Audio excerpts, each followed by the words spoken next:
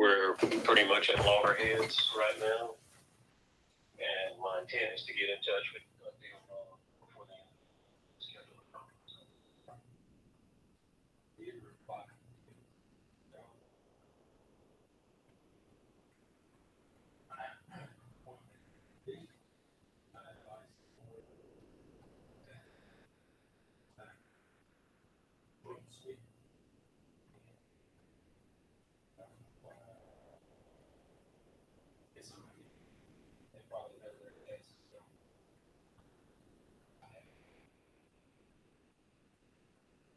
That's the other thing.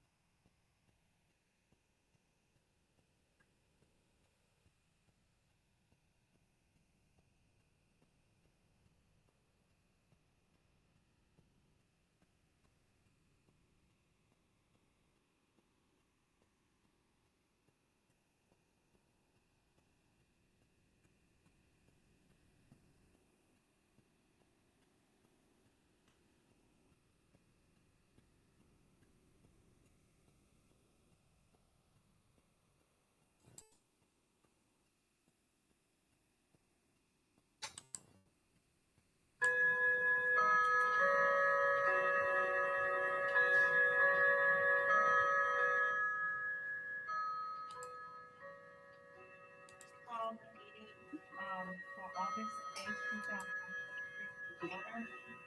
Roll call, please. Here. Here. Dino Abear, Here. Steve Jones, Richard, Here.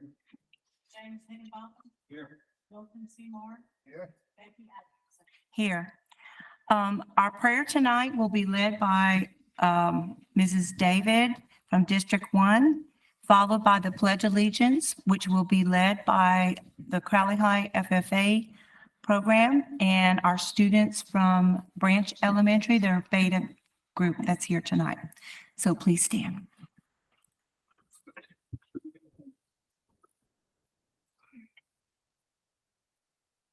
Good evening. Before we start, let us please keep Mr. Gerald Hardy and Coach Mike Hardy in our thoughts and prayers, as they both was former employees that passed away recently. Let us pray. Heavenly Father, thank you for the many blessings you have bestowed upon each and one of us.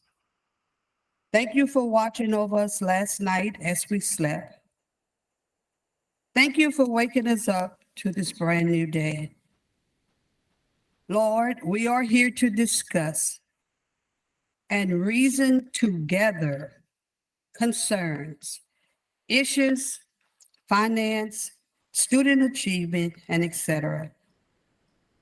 We know at times we will disagree, but I pray we just don't become disagreeable. I pray for love from heart to heart, from James to Milton. Please order our steps in your word. I pray, Lord, that you will be with our teachers who will be returning to the classroom. Give them all that they need in order to be successful in their work and transmitting knowledge and wisdom to their students. And grace our children, not only with a desire to learn, but also with a desire to respect their adults and to be kind to each other. Keep all safe as they travel to and from school, and inspire all drivers to be respectful for all the laws when driving in and around our school zones. Oh, Heavenly Father, I pray for our entire Acadia Parish school system family. Lord, let there be peace in our hearts and in our homes and schools and in our community. Lord, hear all these prayers of our hearts. In Jesus' name we pray. In the name of the Father, the Son, the Holy Ghost. Amen, Amen. amen, amen.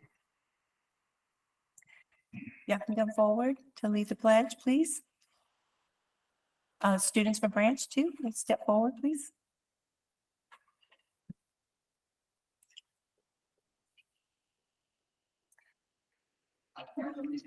To the flag of the United States of America and to the republic for which it stands, one nation, under God, indivisible, with liberty and justice for all.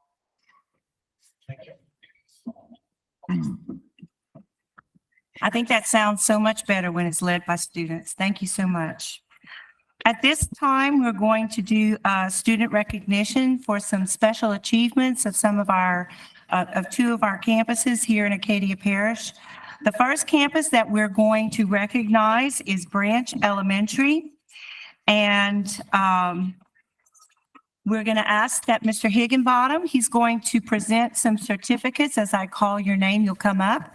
And then after he presents the certificates, we understand that you're going to share some things about your achievement from the Beta Convention. These students attended the National Beta Convention in Louisville, Kentucky recently. And these students that are here to be recognized this evening are Addison Benoit. So if you'd come on up and Mr. Higginbottom will give you a certificate.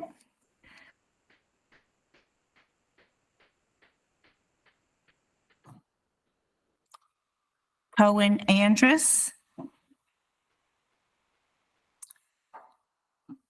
Y'all can come around this, yeah. Look, come around, make a circle. Bryson Como. Noah DeVille. You could just stop right there. Yeah. And then Carter Moe. I'd also like to recognize the sponsors, Aaron Royer, Crescenda Broussard, and school administrators, Lanika Cable, and Holly Vadrine. So at this time, we're going to go take some pictures.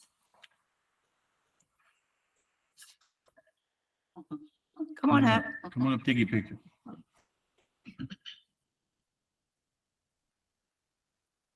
I hope they talk about their shirts too, because they look really cool.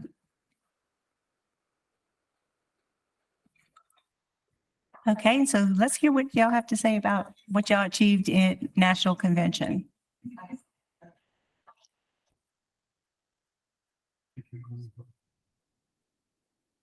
Can you turn the microphone on for them? You hit the button and you should have a green light. Thank you. Okay. Well, as previously stated, we came back from Kentucky, the national beta meet, and we won first place in engineering, which we're very happy for. We practiced for a long time, and all of our practice and hard work paid off, which we're really happy for.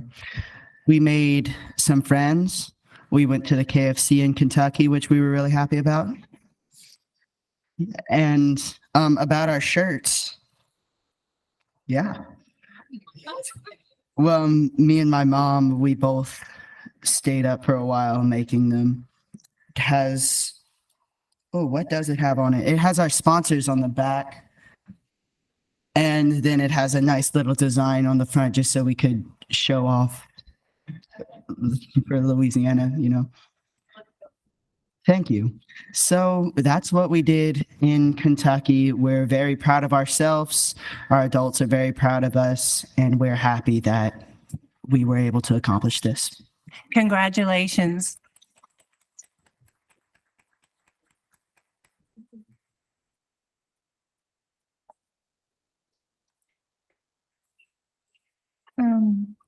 I placed sixth at nationals for language arts. That's an awesome achievement. Thank you. What did you have to do to get sixth place? What was the competition like? You took a test? Yes. Well, you did well. Thank you. Okay, hold your plaque up so people can see.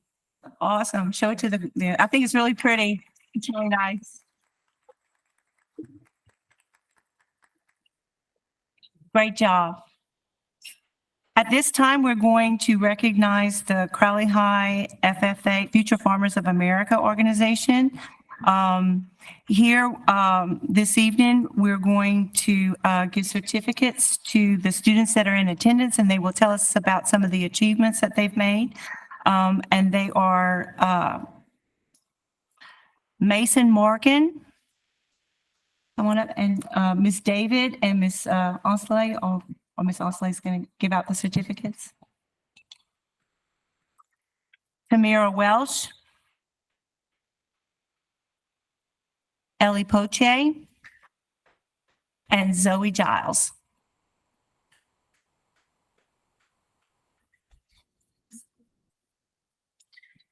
And also present this evening is their teachers, Mr. Thibodeau and Ms. Goatee.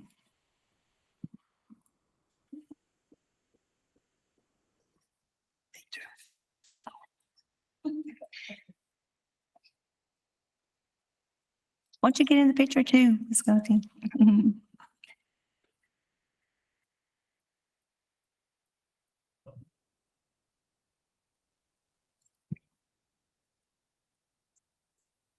Okay, so they're going to tell us a little bit about their achievements that they recently received in some of their district competition and national competitions. Well, good afternoon. I'm Mason Morgan, our chapter's president, I'm Samira Welch, our chapter's vice president. and today we were hoping to share with you a few of our events that we have conducted this year, as well as a list of accomplishments that we have also achieved this year. We are proud of all of our accomplishments and all of our accomplishments have also hit all parts of the three-circle model. And the three-circle model consists of three different aspects of agriculture, which are the classroom, SAE, and FFA. So in our ag classroom, we had two students compete in the rally, which were Kennedy Smith and Jalen Guidry, both placing in the district level where they advanced and competed at the state level. Our SAE accomplishments, we had a member, JC Reagan, place fourth in state in both of her proficiencies, which were vegetable production and poultry production. Vince Green placed first for diversified crop production and second for grain production for his proficiencies. And our FFA accomplishments, in November, our land judging team placed fourth at state and qualified for nationals in Oklahoma, where we were able to compete on the national level, which was an amazing experience and accomplishment for our chapter. In March, our nursery team placed second at the area level, allowing us to move up to the state level, where we then were able to compete. Our biggest accomplishment this year was our national chapter application. National chapter has 3 divisions, which are growing leaders, building communities, and strengthening agriculture. Each division has 5 activities that target the standards of the division that they fall under. Today, we would like to give you a little insight on 3 of our events that we have completed this year. So the first event that we wanted to talk about was Seeds for the Future, where we took the chance to visit North Crowley, South Crowley, and Ross Elementary and presented to their 5th grade class several interactive lessons covering the topics such as germinating seeds, plant productions, the parts of a plant, planting techniques, plant care, and as well as getting to germinate their very own seed. We wanted to inspire our love of agriculture to our younger generations, helping to create our next generation of farmers, agriculturalists, and entrepreneurs. The second event we want to share with y'all today is You've Got a Friend in Me. We partnered with our school's special education program to teach our special needs students about agriculture with simple lessons and projects to ensure they were able to understand. A few examples of us working with the special needs students was when we gave them a worksheet where they can match the words of the parts of the plant, and another time where we took them to see our farm animals, allowing them to interact with the animals in person, making the lesson more fun and engaging. A thing that we are grateful for that came from this program were the friendships that were also made from these lessons with our special needs students. From the start of the program to the end, we built personal friendships and bonds with these students, often finding ourselves learning things from them as well. And the last event that we wanted to talk about was La Vida. Every year as the Rice Festival comes around, we notice how excited our students become for it. But we also realized that not many of our students know the historical significance of this event. So we took the advantage to present a week full of our culture's agricultural history for the significance of these events, as well as how important rice plays for our economy and food production. Each day, students are given a new rice-based activity that gives them information on the significance of rice in our culture and the local history, as well as the overall history of rice. The goal is to further the knowledge students have on the festival by giving them the cultural significance of rice and the reason why we celebrate rice. At the state convention, our chapter came out best chapter for 2 of these divisions, where we proudly took home the award for growing leaders and strengthening agriculture. With this, our chapter also won best overall chapter in the state, which showcases our commitment to expanding agriculture horizons and developing strong leaders. And recently, our chapter was given the title of 3-star national chapter for the 6th year in a row.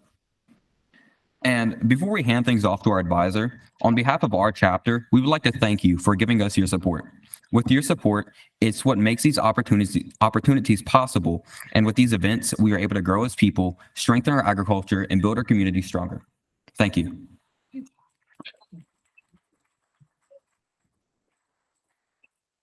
I just wanted to say a few things on top of that.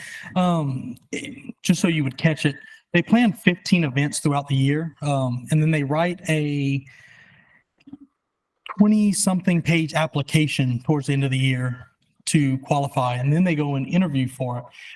So there's a lot that goes into national chapter, and we've done very, very well in the past few years. They mentioned we got 3-star the last 6 years in a row. That is the highest ranking we can get. Not only that, the past 5 years, we've been the #1 chapter in the state, which is really impressive. And it shows a lot of our kids' hard work and dedication. They come up with all the events. I'm there to help them and guide them through it, but they come up with all the events on their own. They plan everything themselves, which is super impressive. And I just wanted to brag on them for a second.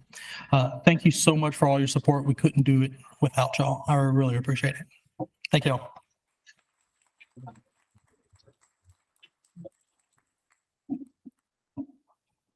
I just want to say to all the students, tell your parents when you get home, thank you for what they do, for keeping you involved in public education. Thank you, our teachers. I steal the thunder from y'all, superheroes. Y'all all superheroes. Thank you for what you do and being a positive role model in our communities, in our schools, and teachers. We can't say it enough. Some of the ones ain't here from Branch, but y'all all superheroes in my book. So thank you all for what you do. Thank you, Mr. Abear. Is there any other comments? No comments. Yes, sir. How many of y'all work on the phone?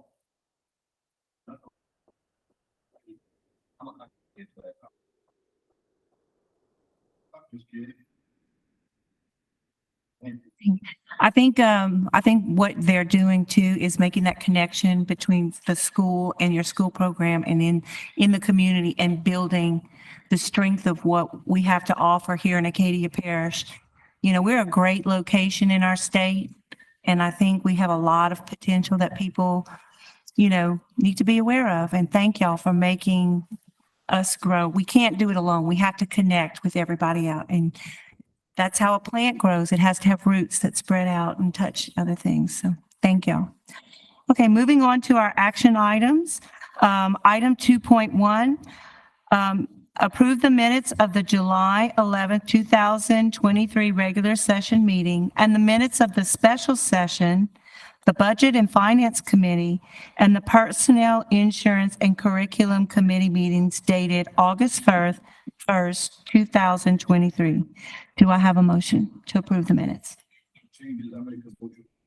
It's 23 regular session. But personnel insurance. Dated August 1st, 2023. Do I have a second? It's been moved by Mr. Higginbottom and seconded by Mr. Abear. Is there any question, comments?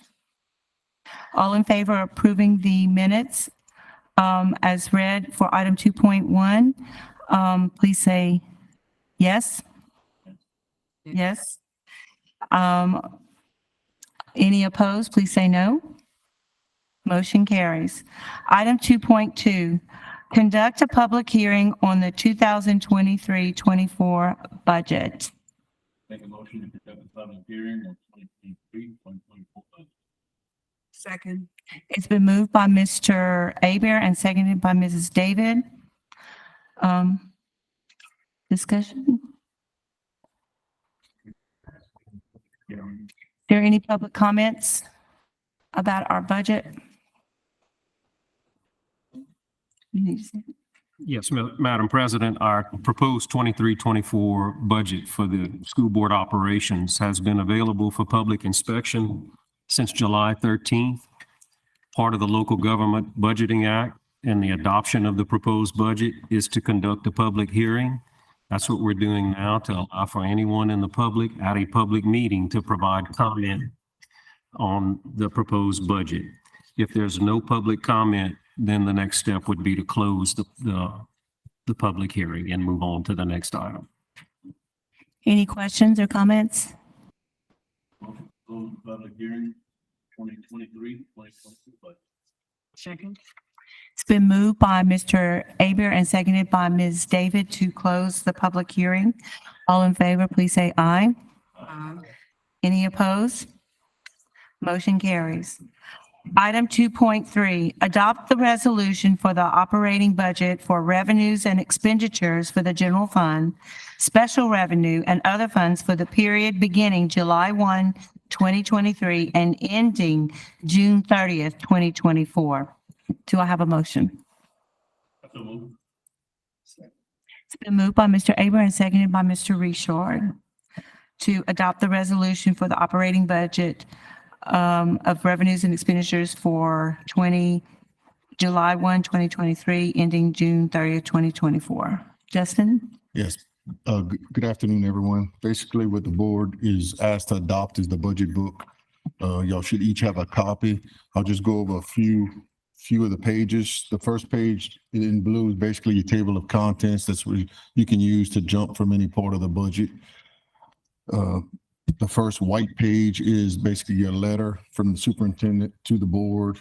And then you have your letter from your budget and finance chair, which is currently Mr. Aber, to the board president. And then the actual budget resolution starts with this page. It's actually a 4-page document. It gives you all the specifics on the budget. What's the requirements of the board? What's the requirements of the staff? What's the requirements of the superintendent? And then we get to the public notice. It shows when we publish the budget, the notice to the public. It was published in the Crowley Post Signal on July 12th and July 19th. And then the next page is basically your consolidated statements. And then we start with basically the general fund. The general fund starts on page 1. It's the white page with the very bottom. It says page 1. Just to go over a few things that we're asking the board to adopt is basically the 2023-2024 true general fund budget. The expected revenues are going to be $90,552,116, which is approximately $20,000 less than last fiscal year. We're projecting flat revenue. It's just, that's the way it's looking with student count. And we're actually seeing an uptick in sales tax, but the student count decrease is going to offset that. So we're basically predicting flat revenue for the next fiscal year. And at the bottom of page 1 is where your expenditures start. I just wanted to make a note. If you look on page 1, there's an asterisk next to indirect costs. I just wanted to make the board aware that $2 million in fiscal year 2025 is going to drop down to about $500,000 to $600,000 because ESSER funding ends in September 2024. So once that happens, our indirect cost rate drastically reduces, which means we're going to lose about $1.5 million in fiscal year 2025. That doesn't start till July 1st of 2024. Just something to keep an eye on, something to make the board aware of, that it will be a significant decrease in revenue starting with July 1st of 2025. But again, we're talking about the July 1st, 2024 budget, July 1st, 2023 to June 30th of 2024. I just felt y'all needed to be aware of that, something to look forward down the road. Page 2 starts the expenditures. And I do have another asterisk on page 2 next to textbooks. And the reason for that is just to keep in mind, ESSER funding ends in September 2024. We're currently using NO52, which is basically ESSER funding incentive program, which has to be the 20% to purchase our textbooks, which right now is about $1 million. So you see, we're only at 200,000. So we're going to be looking at increased expenditures again in fiscal year 2025. That's the only 2 things I wanted to talk to you about in 2025. I just felt the board needed to know in 2025, we're going to really have to look at some things. But again, back to 2024, if you scroll to page 13, you'll see true general fund Our revenue was projected at $90,552,116, and we're looking at expenditures of $91,317,873 for a projected deficit spending in this fiscal year of $765,757. Basically, that's the start of the year. Obviously, we're going to hope to shrink that deficit to try to balance the budget. But at this point, we've increased expenditures from last year right at $1.5 million. Most of that is outside the board's control. We just had no control over it. $888,000 was property insurance premiums. Another $450,000 was the 4% Blue Cross health insurance premiums. The board had no control over either one outside of the board's control. And then we had about $150,000 more in workers' comp projected for this coming year. We had a really good year in workers' comp last year. I'm very excited about that. Hopefully the trend stays. So in all, we're looking at around a $766,000 deficit for this coming year. Again, by mid-year, end of the year, we're just hoping to balance the budget. I'd welcome any questions the board has at this time. Every other fund behind page 13 is basically a break-even fund. It's designed to where it's federal funding, state funding. It's, if you use the narratives within the budget, it kind of explains each fund. So, you know, if you have any questions, I'm always available. I'm trying to keep it brief. It's just quite a massive budget book to try to condense into 10 minutes. So my door is always open. Call me, come meet me if y'all have any questions. I'd welcome to answer any questions any of y'all have at this time. Yes, sir. Taxes, I know our taxes go up. What we try to do, an average, Basically, try to do sales tax has actually been on an upward trend for the last 3 years. So we're actually predicting about another 4 to 5% increase. If you look at your sales tax report, we had a really good month of July, right at 4%. So hopefully that holds. You just got to keep in mind that the school board only collects 1.5 cents on the sales tax, and half cent is mandated by the voters for salaries and benefits only of the employees. So there's very limited, you know, leeway in what we can use those dollars for. So just something to keep in mind. Yes, sir. I ask you this all the time, every time you get up there. We were looking at taking the hit again, or kind of flat on that. Well, we're projecting to take a hit again on student count, looking at early, and the numbers are early for pre-K program and the Head Start program. I know it's still early, but we did have to move one center out of Church Point because we just didn't have the numbers. So when we're graduating more students than we're taking in, it's not a good sign. So to be frank, I would expect a decrease in student count.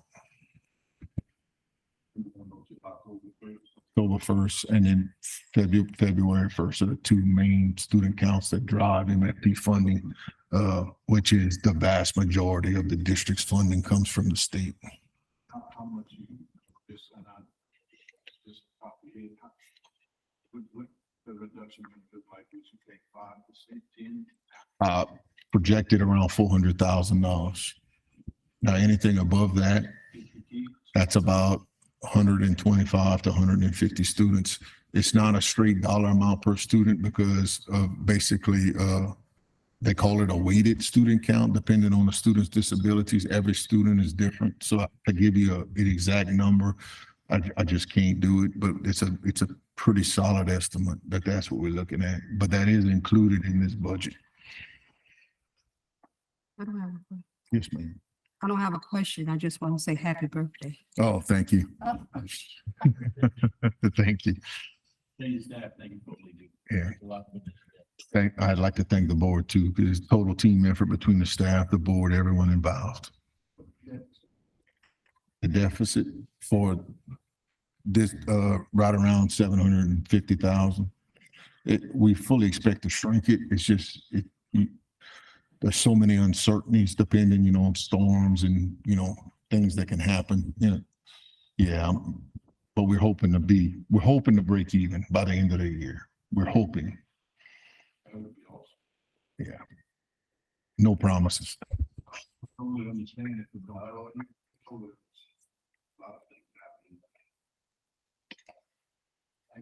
Thank you all. Thank you. Is there any questions or comments from the audience? Any other further questions or comments from the board?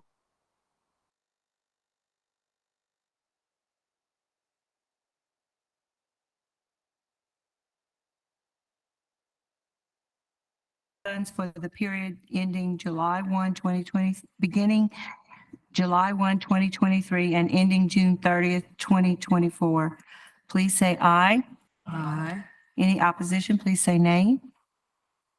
Motion carries. Moving on to item 2.4, adopt final revisions for the 2022-2023 budget. It's been moved by Mr. Aber and seconded by Mr. Reshoy to approve the adoption of revisions for the 2022-2023 budget. Is there any discussion? Yeah, you should have this other attachment. Basically, it's a printout. I just printed it out just to make it more readable for the board. This is a bit of good news. Our year ended June 30th, but we actually don't close the year until September because we have outstanding bills and other things, and basically retiree health insurance journal entries and cleaning up the balance sheet. So this is a best projection. The good news is a few months ago, I kept saying how property tax collections were coming in higher than estimated, which is the first 4 line items in the adjustment. If the board takes a look at the first numbers to the left column, that's what the board adopted for their mid-year budget. When the board adopted this on March 13th. And then the adjustment column is basically what your final year adjustments are going to be projected. And then the final revisions are your final budgeted numbers. So you can see your first 4 columns, property tax collections came in around 600,000 more than expected, which was good, but we knew MFP was going to be down. We just didn't know how much. Well, it was down about 345,000. The big thing to keep in mind is that 750,000 indirect costs. I'm just bringing that up because we didn't predict it to come in that high at 2.1 million. That's that indirect cost that I was talking about earlier. That's going to end in 2025. So basically, we had a $1,284,824 swing in revenue. So your revenue is going to come in at $90,572,310, which is fantastic news for the board because we really wasn't looking at increased revenue at all. We were trying to shrink the expenditure side to try to balance the budget, but with this increased revenue, we were able to do it. And then if you look at the bottom of the page 1 is where the expenditures start, and we went line by line trying to adjust every single line item to try to shrink the expenditures and to see where we'd come out. And if you look at the last page of that set of document, we were able to shrink the expenditures by $411,216.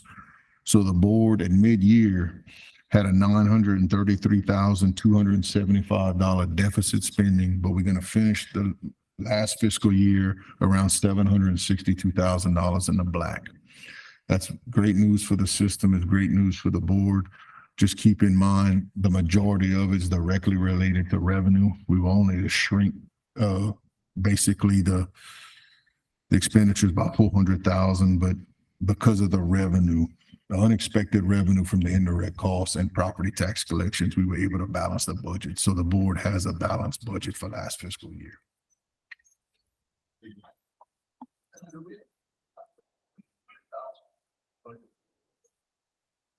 Well, yes, as long as you have the fund balance. Yes, as long as you have the fund balance to cover it, and the board has the fund balance to cover it. Yes, sir.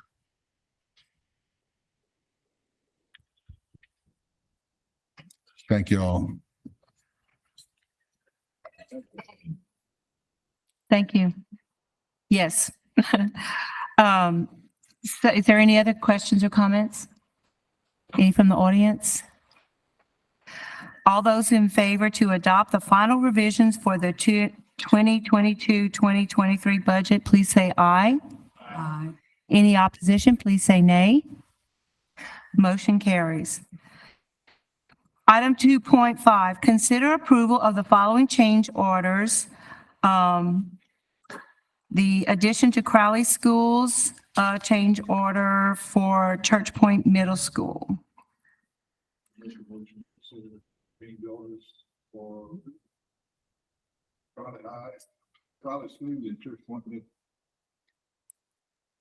Have a second? Been moved by Mr. Higginbottom and seconded by Mr. Abear to approve the change orders for the Crowley schools and Church Point Middle School. Is there any discussion? Mr. Richard, you'd like to comment? Yes, ma'am. Members of the board, members of the audience, these are change orders tied to the ESSER COVID remediation funds, ESSER 3 funds. The change order for the climate control at Crowley schools, not only did we work to provide HVAC in the hallways, but we're trying to provide more electrical capacity to the schools for the future.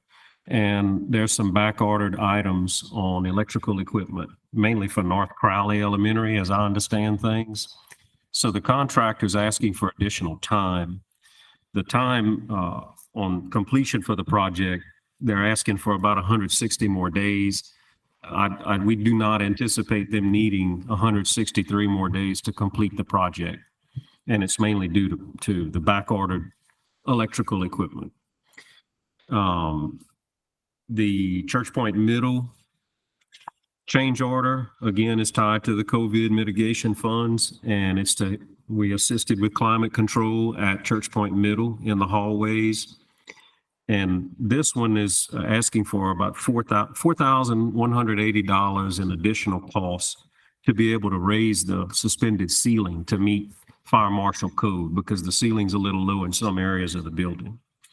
And we're asking for your approval tonight. All of these, the additional funds would come from the Church Point allocation from the ESSER funds. Mr. Latchley is here tonight. I know he's a super busy man right now with school about to start, but he can answer any more specific questions on these projects. We still have the funds, additional funds. Yes, sir. That'd be, And then I also want to thank Chad. I know you got a lot going on, Bob. Just coming in this role. You've been here a few years, but you're doing a great job. We appreciate it.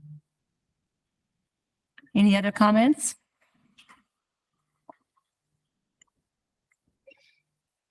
Any questions or comments from the audience? All in favor of approving the change orders for the Crowley schools and Church Point Middle School, please say aye. Aye. Any opposition, please say nay. Motion carries. Item 2.6, consider approval of surface and subsurface agreement with Anchor Oil and Gas LLC. I'll make a motion to approve the service and subsurface agreement. Same for Colin Chad.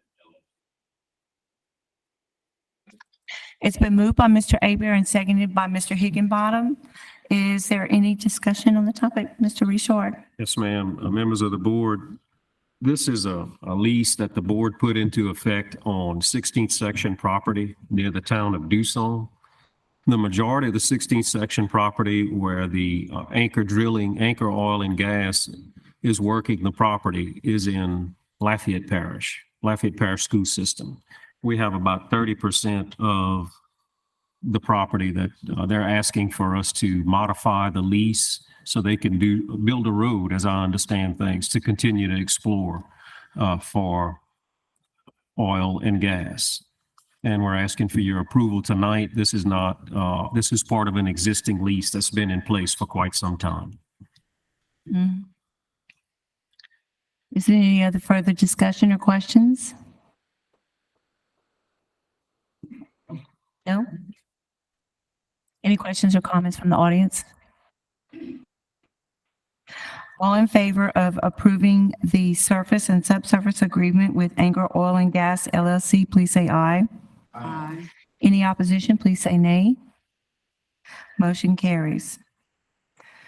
On to our routine items. 3.1.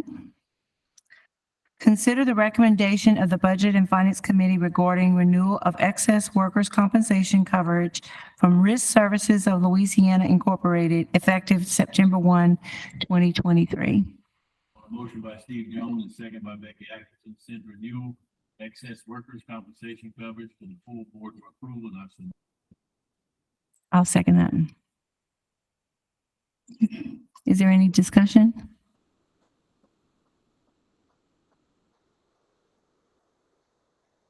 Any questions or comments from the audience? All in favor of approving the recommendation of the Budget and Finance Committee regarding the renewal of excess workers' compensation coverage from Risk Services of Louisiana Incorporated effective September 1, 2023, please say aye. Aye. Any opposed, please say nay. Okay, motion carries. Item 3.2, we're going to receive an update from Louisiana Department of Education's initial release of the 2022-2023 student LEAP scores. And we have Ms. Tall here to share that with us. Good evening, and thank you for the opportunity to share a summary of the LEAP 2025 data as it pertains to students scoring mastery and above and students scoring basic and above. You should have a folder at your spot. The data that you're being provided in the folder is considered to be clean data because it represents students who completed a full academic year as well as any zeros that were earned due to students not showing up to take the test. And a full academic year is considered students who tested in Acadia and were in Acadia on October 1st and at their school sites on February 1st. So that's what considers a full academic year. So the numbers that you will see in your folder varies very slightly from what was reported from LDOE, since they do still have some cleanup on the LDOE side. So what you have in your folder is considered to be clean data. First off, I'd like to thank all of our teachers, staff, and school leaders for their extreme dedication and hard work that they put in order for Acadia to show academic growth above the statewide average. And we're very pleased to note that we're seeing a positive trend in growth since the pandemic has hit us. So if you pull your summary sheet out, the very first document, which is this one. If you note on that one, you'll see the green shows in grades 3 through 8. In all of our content areas, we did show improvements. And if you look on the high school side, those scores indicate that we've had growth in ELA, in English Language Arts, English 1 and 2, math, the Algebra 1 and Geometry area, and science in the biology area. And social studies was the only area that we did not show any improvements in. We showed a slight decline.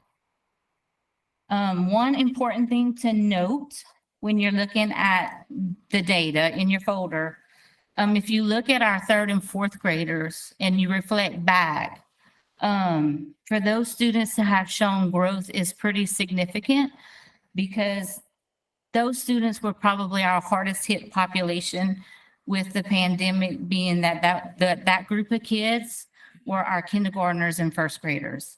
And when you consider that we shut down school in mid-March, they lost some huge developmental opportunities that they missed.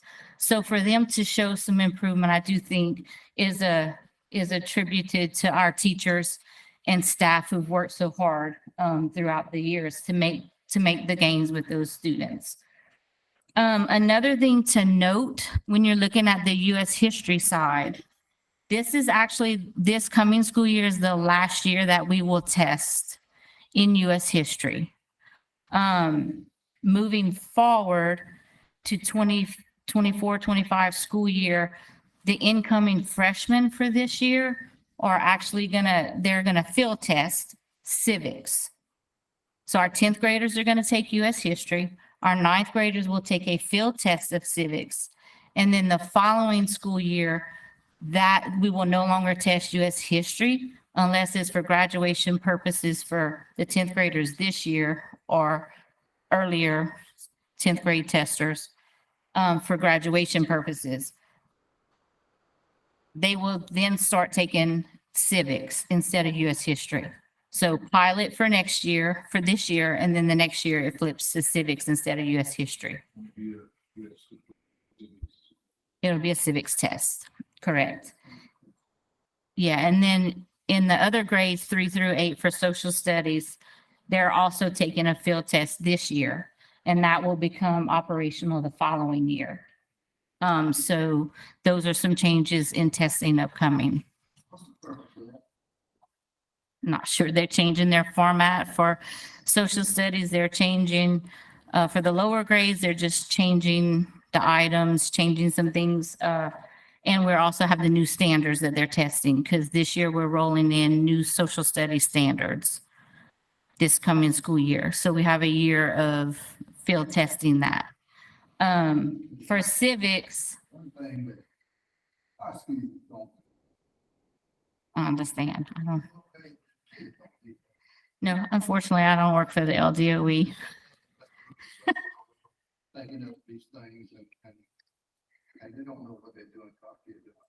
I agree. They are tested quite a bit. We have new social studies standards that the department has worked on. So they're actually giving us a year to implement those standards and then field test it this year and then be fully operational with that test next school year. I don't think so. No, I don't think so. So, Not to my knowledge. so with the new standards that are coming down, how does that affect our materials that we're using in the classroom? Will it? We have not really had in 3 through 8, our social studies books are outdated because of the standards. LDOE is rolling out for 4th and 5th grade. They are actually rolling out Bayou Bridges. And so we have 2 units to start this school year for 4th and 5th grade. We're currently getting those units printed. Bayou Bridges? Bayou Bridges. It's a LDOE curriculum. We're actually in the process as they're uploading those units. We're getting them printed as fast as we can to get to the So we can see that on the website, like Louisiana Department. Can we look at that? Okay. can. And if you want that information, I can send that to you. But as for grades 4 and 5, they're slowly releasing it to where at the end of the school year, all the other grade levels will be released. So they're starting with 4th and 5th grade. Okay. Okay. We actually are having to print all those materials. They give it to you in a download. We're able to download them and then print those materials. And as they're downloaded, we're printing them with a company and getting them out to the schools as fast as we can. Wait, you said we're printing them with a company?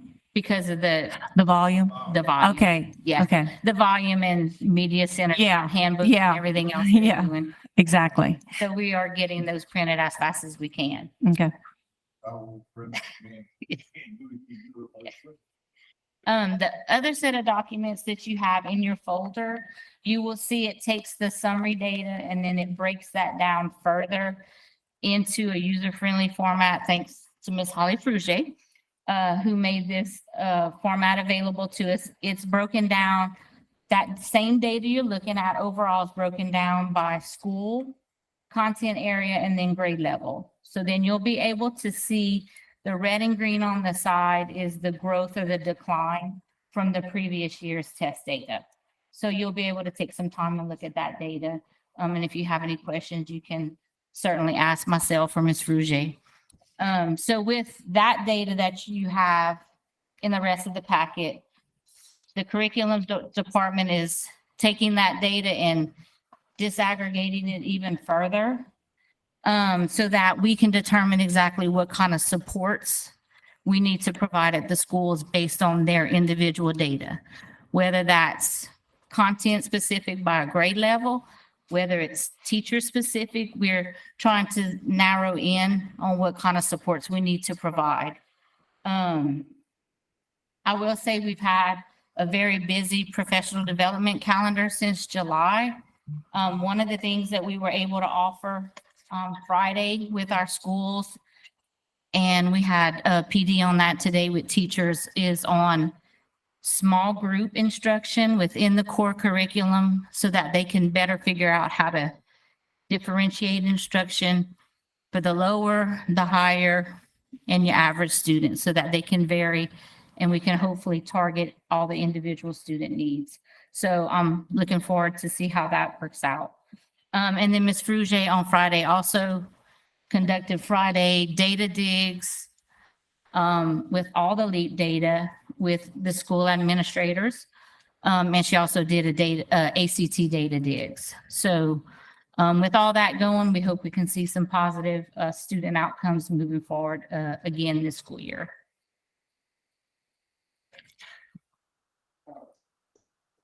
Not gonna let me off the hook, huh, Milton? Not gonna let me off the hook, huh? What you got?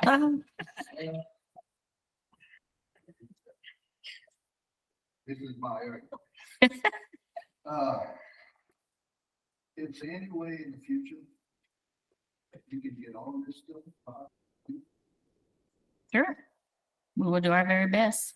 All the things we need We will do our very best. to do that.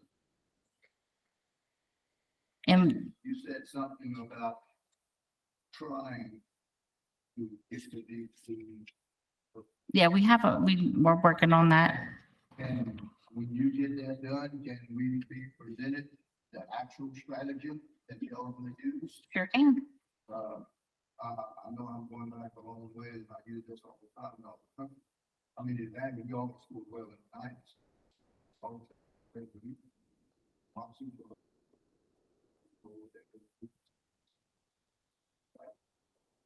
think, just glancing at some of these students. We do have some work to do. We did spend 2 days with 13 of our schools did spend 2 days late July with the NIET group on with their instructional leadership teams.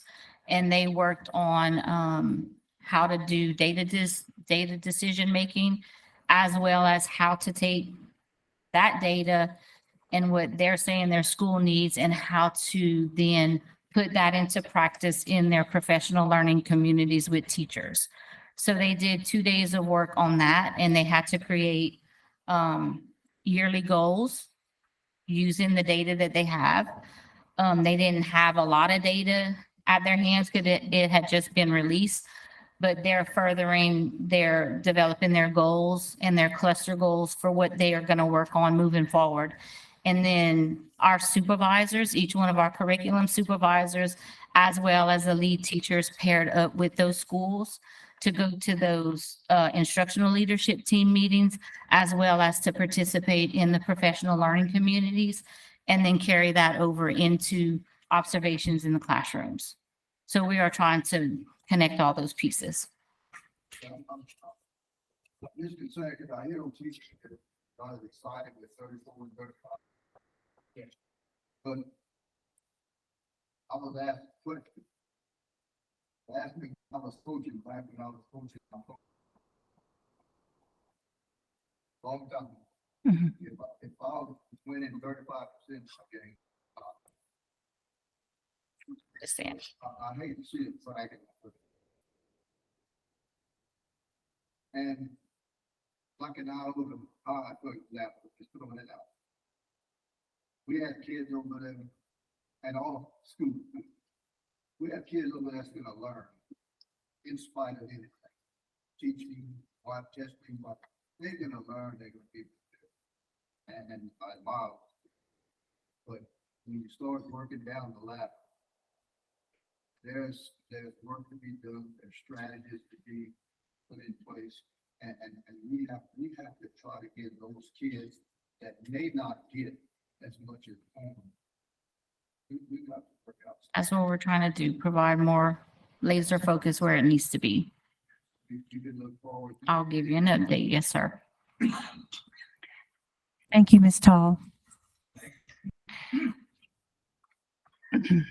Moving on to item 3.3, receive update on transition to 4-day instructional week for 2023-2024 school year. Mr. Richard? Madam President, members of the board, on July 21st, we put out a back to school message through a number of mechanisms to communicate effectively with our parents and the community as a whole. This document's on your website, and we've been pretty much pushing forward with getting ready for the new school year. One of the things I'd like to comment on is that, as Carol expressed, we showed some positive student growth from the school closure during the March 2020 pandemic when it started and we shut down for 9 weeks. We're seeing growth with those students, and we're back at some pre-pandemic levels. One of the main reasons we saw growth, I feel, is because we didn't have a whole lot of interruptions last school year. We had a consistent school year. We had a steady, consistent calendar that we were able to not have to interrupt, close school, open school. We had a pretty good year consistency wise. And I think we're setting up for one as well this school year. We all know that we're transitioning to the 4-day work week. School starts on Monday, the 14th. Teachers report back Thursday and Friday of this week, which we all know all you got to do is pass by any one of our schools, and teachers and staff have been reporting back and working hard to get ahead of the curve and plan ahead. So when the students show up on the 14th, we'll be ready to go. Just to emphasize a few things and discussing with the board president and vice president on this transition update, the bell schedules have been out for quite some time. The schools have done a good job of reminding parents of what the bell schedules are. We've been working with bus transportation on a daily basis. I don't think a day has gone by over the last several weeks where we haven't communicated with DS Bus to make sure routes are in place and details are being taken care of. We implemented a registration system this year to get parents to try to sign up in advance if they needed bus transportation, and that has been very helpful. So the more we can do on the front end, the better first day of school and first weeks of school we're going to have once we get cranked up on Monday. The first 3 weeks of school in August will be full weeks, Monday through Friday. The bell schedules are the bell schedules. They're going to stay the same throughout the school year. And they're set and are constantly being communicated and recommunicated out to folks to remind everyone that we need their help in getting students to school on day one, because we need to start instruction on day one. After Labor Day, we'll flip to the 4-day work week, where Monday will be the non-instructional work day. And we'll move forward with the new schedule after Labor Day. A big benefit, we feel, testament to the board's understanding of our community here in Acadia,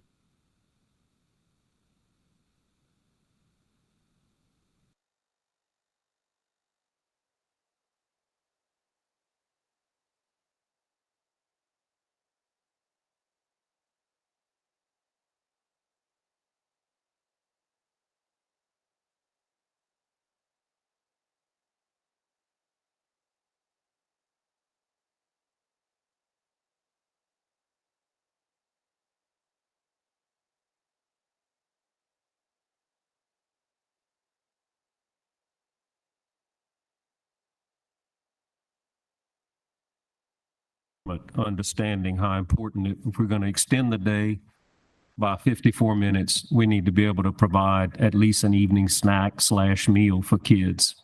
So that'll be at no cost to anyone as well. Yes, sir. What is that going to consist of, that meal, that afternoon meal? What we're anticipating, it's not obviously going to be a plate lunch. It's going to be a to-go bag meal. Brown bags? Yes, sir. And the goal is to get kids to eat on campus. It's not to to take off campus. We need to follow the federal guidelines, and it should be distributed and consumed as much as possible on campus. And it's similar to the meals that we've provided at some schools when, for athletes, for example, for afternoon meals, afternoon snacks. When principals request that we provide that meal, we work with our child nutrition department and provide something of substance for students to have in the evenings. And that's what we're looking forward to providing. How exactly is that gonna work at each school? How exactly it's going to work? To the best of everyone's ability to get it prepared and to get it distributed. It's going to be, That's prior to dismissal? say again? That's prior to dismissal? Prior to dismissal, yes, sir. The cafeteria staff will prepare the meal. We'll distribute it to students toward the end of the day.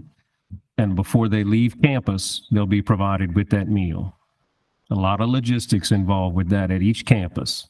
And we know it may not be perfect on day one or week one, but the good news is that kids are being provided with a meal. Well, I appreciate that. Well, they're gonna be bringing it to the classrooms. Yes, sir. Yes, sir. Some are using serving stations. Some schools are choosing to bring. They had some options, Milton, where the schools proposed some options. They had some plans to choose from where it could be brought to the classroom, or students could report to the cafeteria before the end of the day. So we worked with our principals to let them make the decisions that work best at their school. To try to. How'd that interfere with the minutes? That's what I was going to ask. Is it going to impede is it going to take away some of our instructional minutes? Is this gonna, Obviously, there's a trade-off. The goal is not to impede instructional time. Okay. And we've had a lot of practice with distributing meals to classrooms in the past with COVID, if you all recall. It does create some additional work on the cafeteria folks. day? Sir? Is that gonna extend the day by providing those meals? No, sir, not any longer than the 54 minutes that we've added to the bell schedules. And it won't interfere with the minutes? Not at this time. That's the plan. Okay. And we feel confident that the principals have in place some good plans. So on day one, we can try to maximize instructional time and get that meal distributed to students. If I were to sit here tonight and tell you that we might be off a couple of minutes here or there, especially the first couple of weeks in getting this meal out and getting it to students and having them consume it, then I wouldn't be very truthful with you.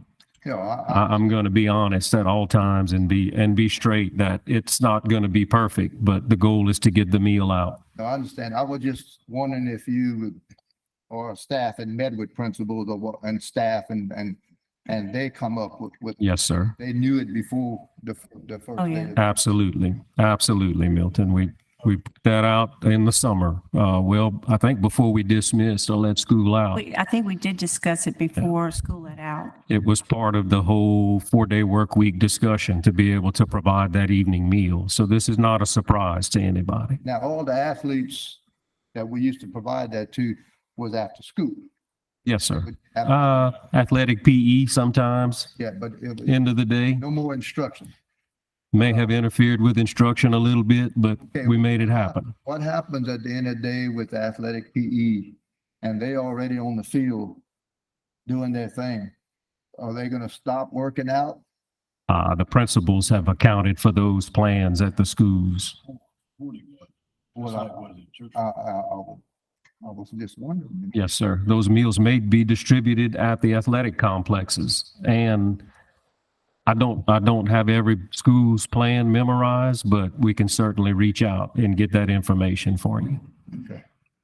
We have a principal here tonight, so Richard, I wonder if she could give us a little about how they're going to do that.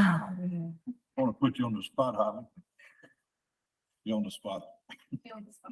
Come on up, Ms. Vedrine. Tell us how it's going to work at Branch Elementary. Of course, we have some kinks to work out. I'm not gonna say a word, Holly. I'm gonna just sit there. But pre-K kindergarten, we're going to use their snack time.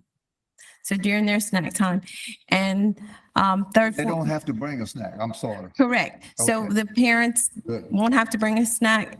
That's going to be their snack. Be good. and it's gonna be a meal.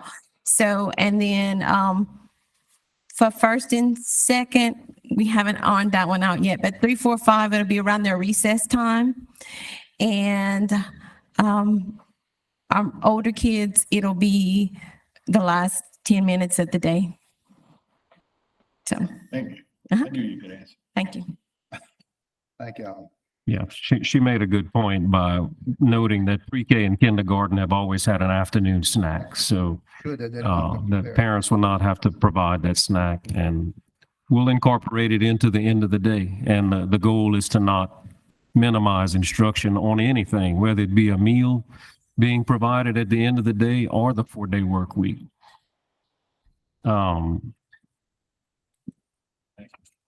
We'll do our best to support our schools to make it work. I know they've been working hard in planning and trying to envision the plan on how it's going to actually work.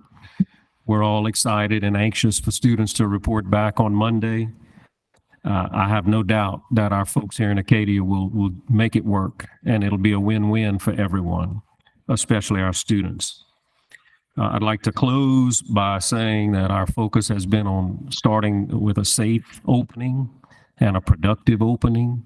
We'd like to start with instruction as soon as possible and get routines established as soon as possible, because we are transitioning to the 4-day work week. And we've asked everyone to focus on getting students to school, the entire Acadia Parish community. We need the parents' help and guardians' help and family members' help to get their kids at school every day, because each day is a precious time for learning time, especially shifting to the 4-day work week after Labor Day. And we're here to help. I feel very excited about the opening of the school year. We've got a lot of professional development going on and a lot of pre-planning. And I think we're going to hit the ground running. I'm very confident that our school administrators are ready to open the doors, and we're going to adjust as needed once we get started. But I'd like to thank the board for their cooperation moving forward. And we'll keep you updated on a regular basis, as we've always done, on the good and if any issues that we need to address once school gets started, and if there's any adjustments that need to be made, any significant adjustments. Be glad to answer any other questions. Last week I mentioned things, and I don't have a doubt that our schools and our administration and our teachers are going to be ready to go. There's not a doubt in my mind. But the thing that I was mentioning, something like homework, remediation, discipline, suspensions and expulsions, are we going to be given reports on the changes that are taking place with that? Or am I the only one that's concerned about it and wants to know about it? Well, we did discuss that when we were planning our agenda for this evening, that in the future, what we're planning to do is in increments, in a timely manner that is appropriate. We're going to look at student attendance and also employee attendance and how that's affecting and enrollment.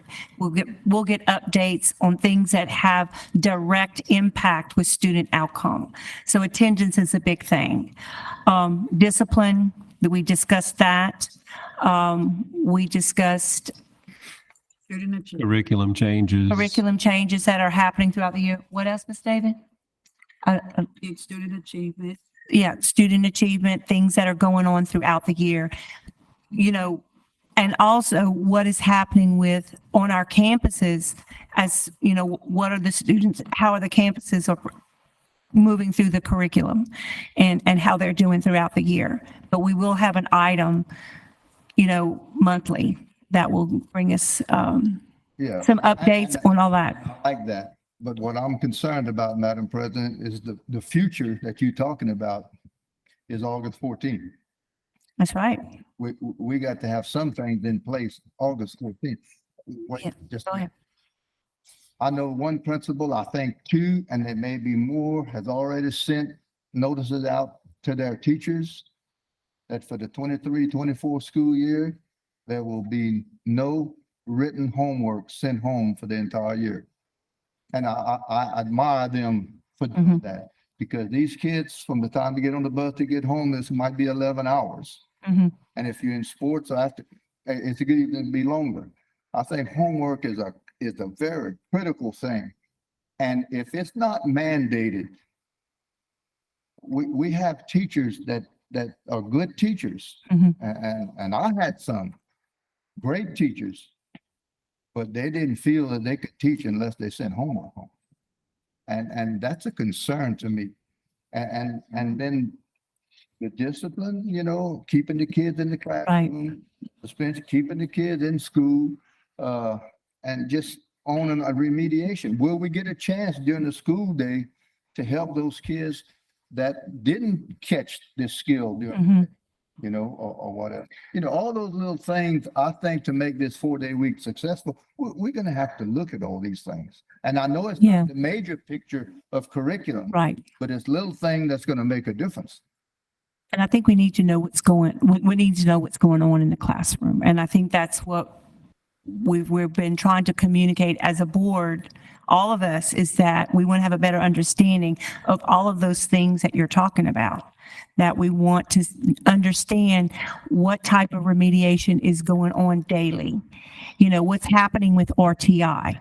You know, how are we meeting those issues that come up every week, every day in the classroom? And I think what we experienced at our conference, you know, we kind of had a wake-up call. You know, we kind of a splash of water in our face to look at, as a board, we need to be focused on the student outcomes. And I think that we've communicated with Mr. Richard our desire to see that, and for all of us to be fully aware of what's happening. And like you said, some people believe in homework. Some people believe, you know, you need to get what you need done at school. And remediation, the best place to get it is from your teacher. But, you know, everybody has their own perspective of those things, but And I agree with all that, yeah, but homework concerns me because sometimes Right. it's graded by the teacher. hmm And your good students are gonna get home, they're gonna Mhm. stay up to 11, 12 o'clock and get the homework. right, Your weaker students are gonna fall further behind and dislike school because they're getting punished right. penalized for not doing homework. That concerns me big time, Right. for our children. Yeah.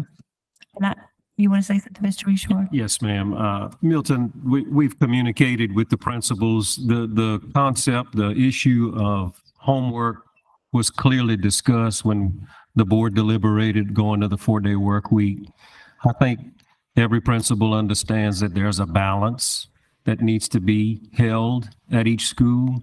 I think it's important that we realize that those closest to the children that are teaching the kids have to make some important decisions when it comes to practice. We shouldn't be teaching new lessons through homework. I think everybody clearly understands that. And if you know or hear of someone where homework is excessive, that's what we're here for. Let me know. Let the staff know, and we'll address it. It's important that we don't micromanage those things at the instructional level. We want student achievement to improve, but at the same time, we can't mandate things from the top down on a daily operational basis piece. So I like to give the principals and teachers some discretion as to whether or not homework is required or practice is required versus an open mandate to the district saying no homework in Acadia Parish. And I know you understand what I'm saying. Yeah. It's got to be a balance. And I hope, I don't want to say mandated, but I hope principals were strongly urged to monitor their homework Yes, sir. at their own schools. Because this has to be done. And the last thing before I get off of that, are you or Mr. Geis going to give us an update on what's going on with the bus negotiations? Yes, sir. We're kind of at a standstill. We're at loggerheads right now with the negotiations. They have presented a proposal on the rates for next school year. However, I don't think Mr. Geis and I are ready to bring that to the board. We are trying to schedule a conference call with DS Bus for rates for next school year. I know it's around the corner, but with the billing cycle, we still have a little more time to try to get the best deal that we can moving forward. And as it stands now, in speaking with Mr. Geis earlier and DS Bus earlier today, we're at a point where we're going to compensate them based on last year's rates until we can reach some type of better position with DS Bus. And we hope to bring something to you on August the 22nd, which is our next scheduled meeting. If we have to have a special meeting on that date, we have a committee meeting scheduled. I don't know if we're going to have any more change orders, but we definitely need to wrap things up with DS Bus. And it's at no fault of our staff or Mr. Geis. It's just, we feel like we can get a better deal on the table before we're ready to bring it to the board. Are they trying to get a substantial increase or is this? There is a 1.75 increase for inflationary costs that's built into the original contract. Our goal all along in having conversations with the board in board meetings was we're reducing routes, we're reducing the number of days that the routes need to be run by going to the 4-day work week. We want driver retention. We didn't want to cut anybody's salary, and we didn't want DS Bus to cut anybody's salary because we need drivers. And I think that's where we're disagreeing. What's out there now is a proposal to increase the hourly rate by anywhere from 35 to 40 cents, if I recall correctly. And they're also working to implement an attendance incentive plan where drivers that don't miss are able to earn additional money and be rewarded for attendance for the DS Bus drivers, which is a good thing. And we feel it will help with retention and making sure we have consistent drivers on a daily basis.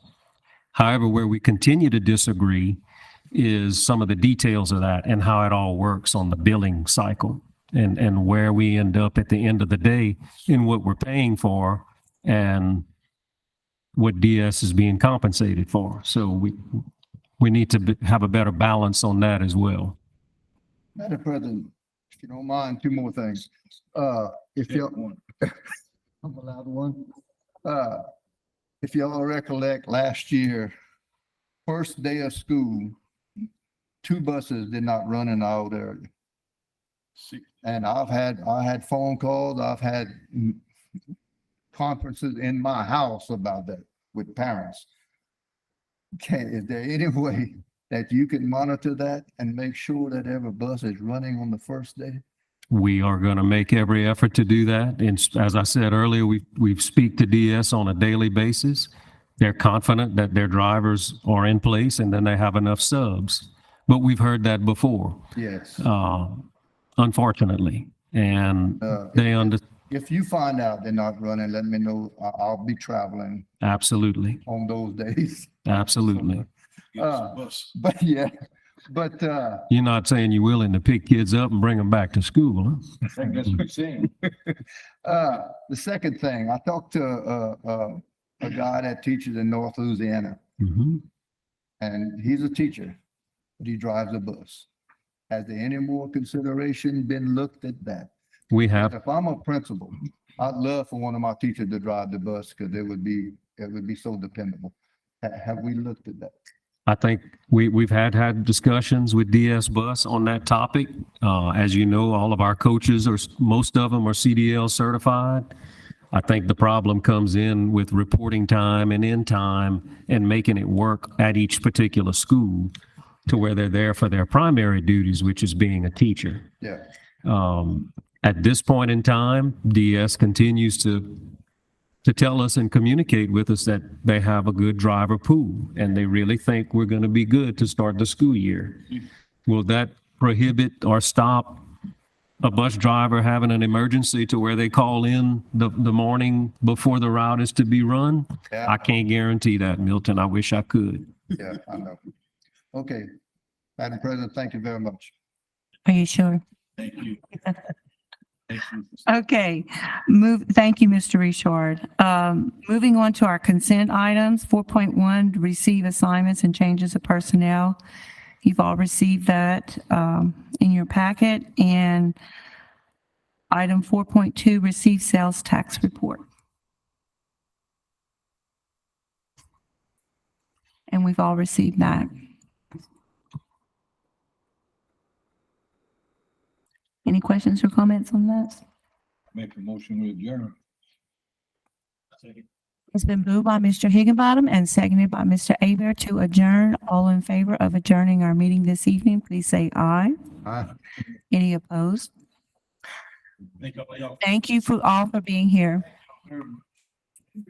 Congratulations.